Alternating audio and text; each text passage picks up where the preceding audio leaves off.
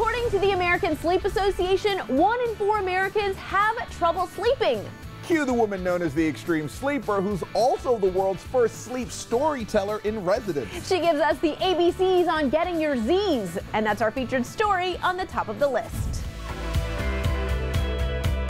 Imagine being able to sleep anywhere with ease, even in a tent on the side of a mountain.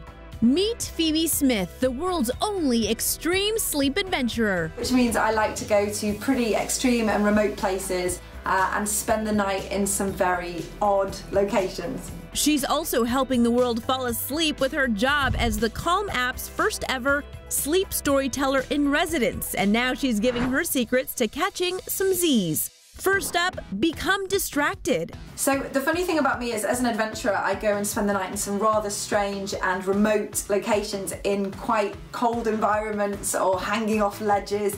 But funny, when I'm doing that, I sleep really well. But back in my own bed, I often struggle. Phoebe says you won't fall asleep if you're thinking about it too hard, and her adventurous snoozes provide that distraction. But for the rest of us, who won't be sleeping in the trees, we can try distractions in the form of visualizing exotic places or daydreaming. Phoebe's next tip, go caveman. Try and turn things off and stop working at least an hour before you're going to go to bed. Get away from any technology that provides unnatural light and will keep you awake. The closer you can get to nature and sleeping outside, the better your sleep can be. Phoebe says she learned that firsthand from one of her first adventures. I had the most incredible night, seeing the light play on the rocks, the stars come out, the wildlife come closer because, you know, everyone else had gone away, and woke up the next morning feeling really, really good, and then I wanted more of that. I was addicted. And Phoebe's last tip, bedtime stories. Yep, just like when you were a kid. I know when I first was told about writing bedtime stories for grown-ups, I was pretty skeptical.